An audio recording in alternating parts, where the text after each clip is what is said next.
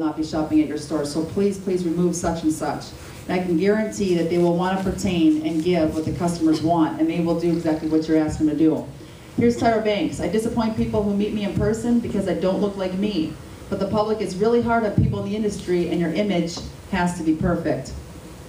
So it's pretty wild what's going on in our country today. Brittany Murphy.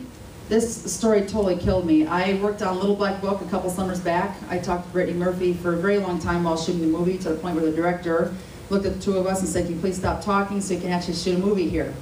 But we were so into our conversation, and when I found out she died a year ago in December, it totally killed me, because I'll just tell you, that was one experience, and I can tell you a handful of experiences where God clearly said, share Christ with this person that you're with right now, and I didn't. And I still think of it years later on what would have happened if I would have said something.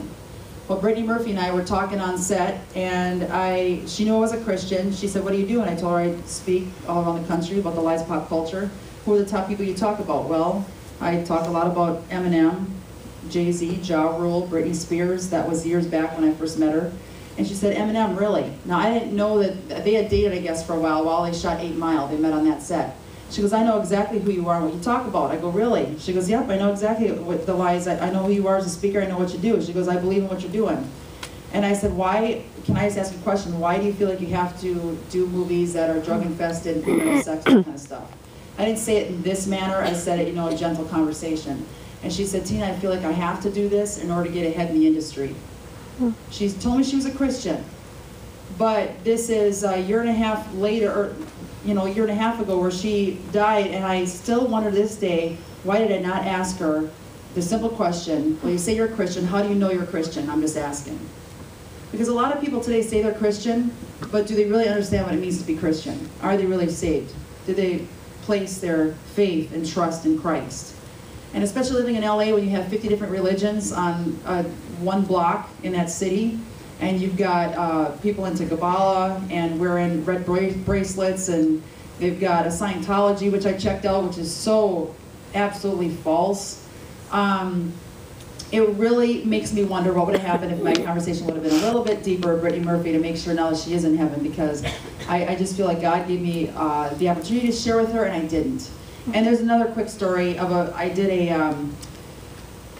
a shoot out in Holland about 9-10 years ago. It was in 2001. It was called Domino Day, and we set a world record setting up this huge domino display. I don't know if any of you have seen it, but I was actually one of the 5 cast members that were cast from the country to fly out there and join 95 other builders from around the world to set up this world record thing. And we won the world record by just a couple 100,000 dominoes, very close.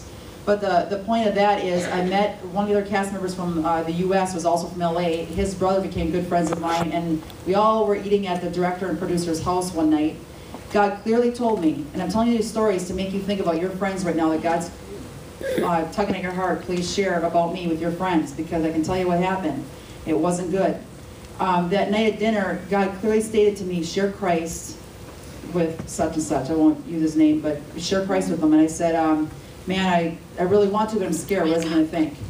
Well, 24 hours later, I didn't share about the Lord with him. He knew I was a Christian. Never asked him about, anything to do with my faith.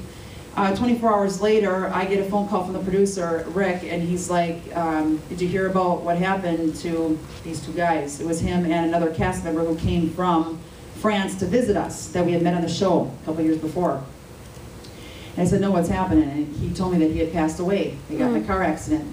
He was showing his friend Morgan from around France, all over the LA area, and they asked me to actually come along that night, but I was working at a trade show, so I couldn't, and I got the call, and 24 hours later, my friend was gone, hitting the median, going 60, 70 miles an hour by Universal Studios and Highway 101. And I'll never forget it, because once again, God, plain as day, said, 24 hours ago, I told you to share Christ with your friend, and he's no longer here. And to go to his funeral and see him in the casket, and to know that I could have possibly shared to him about the Lord, thinking, oh, he's probably going to live another 30, 40 years, someday he'll come out. Time is too short for that, you guys.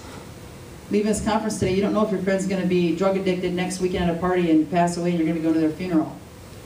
But I had his picture in my car for a good 7 years after that happened. That's something you got to think about. If God's calling you to do something today, you got to do it. He's not saying when you think the time is right. He's telling you now. He's telling you when the time is right now. You got a friend that's a cutter, suicidal, you got to get him help.